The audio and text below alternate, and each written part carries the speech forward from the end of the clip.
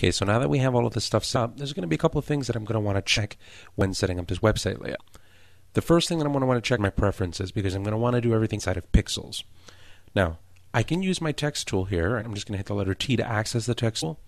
And what that'll do is it'll show me what my units of measurements are here. Notice that I'm in points. All right. Now, I could still come in here and type in, let's say, 12px and hit the Enter key, and it'll go ahead and it'll take that conversion and convert it to whatever the preferences are. That's all well and good, but a lot of the times I'm very, very paranoid about it, so I usually just say, let's just go ahead and just change the preferences. We'll do that. We'll go ahead and we'll click on Photoshop, and I'm going to go to Preferences, and then I'm going to go to Units and Rulers. Under the Units and Rulers, I'm going to make sure that my rulers are set to pixels, and my type is set to pixels as well. I'll go ahead and I'll click OK. Now, I could also just right-click right here on the ruler and change it. So, to show and hide the rulers, you can do a Control Command R, and I'll go ahead and I'll bring them up. Now, that deals with the Preferences section. Let's go ahead and throw down some guides so that we can start working on some stuff here. Now, easiest way for you to throw guides down, you could obviously drag them and move them out. But then you're always really tied to using the info panel to see whether or not you got them exactly where you want them. So, that's good, not great. Easier way, just go to View and go to New Guide. Under the New Guide, you can go ahead and set up vertical and horizontal guides from here. Now, again, what I'm going to talk about here are not hard and fast rules, just recommendations.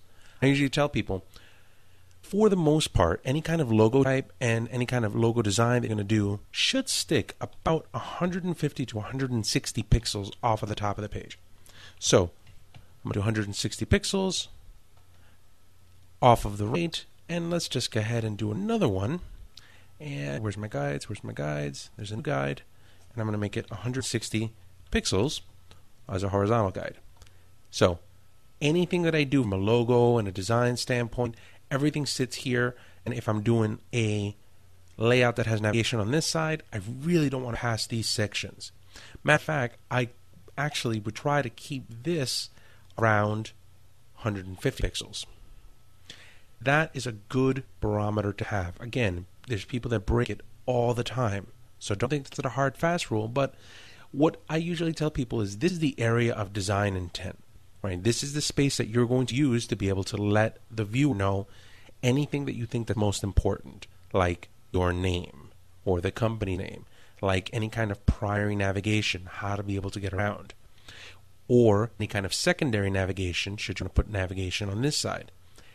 By the time that you hit the bottom of this, you should have already had all of your navigation set up, all of your navigation established, and any kind of main message that you want to send the client should be right here.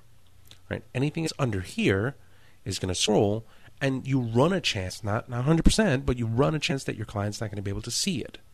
So when they were talking about splash pages, and people talk about those starting pages, the starting page was a splash page, right? It was supposed to make a splash. It was supposed to leave a client an impression.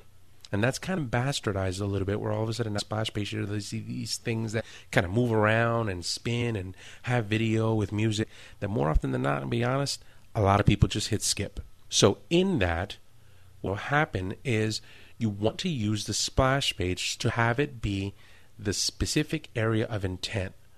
You want it to be the area where you're going to have the maximum amount of message, and you can't do that if you have navigation and logo type going all the way down 3/4 on the page. So stick these kind of recommendations, break them as you see fit, but they're things that you kind of want to keep in mind.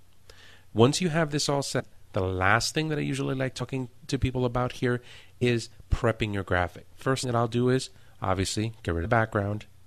I'm going to make before I do that, I'm just going to make a new solid color fill layer. And I'm going to get black, because I almost always make everything black. It's easier for you guys to see the guides. Now, I'll make this, and I'm going to turn around and double click on this, and I'm going to call it Web Background. I'll go ahead, and the next thing I do is I grab background layer, trash it. I don't need it. This is going to be the mat of the web page. Once that's set, I'll go ahead and I'll start parsing out all of the different elements into groups. Like right now, this is going to be the background. If it's the background, let's go ahead and throw that into a group. I can click right here on the folder icon, and what that's going to do is it's going to create a new group. called Group 1. Now, there's nothing in it. See, expand, contract. But watch this.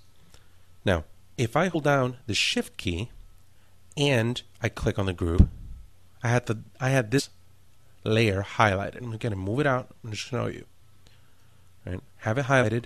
When I'm holding the Shift key and I'm going to click on group, it throws it in the group. Now, I can go ahead and take this group and call it background elements. Now that I have that set, anything that's going to be a background, right? If it's going to be a pattern, I'm going to have a design that's going to kind of fade out. Anything gets thrown in the background elements that pertains to the background. Navigation will get a folder called navigation elements. Keeps your code clean, or it keeps your Photoshop file clean, makes it easier for you to be able to find all those files as the layout starts getting a little bit more and more complex.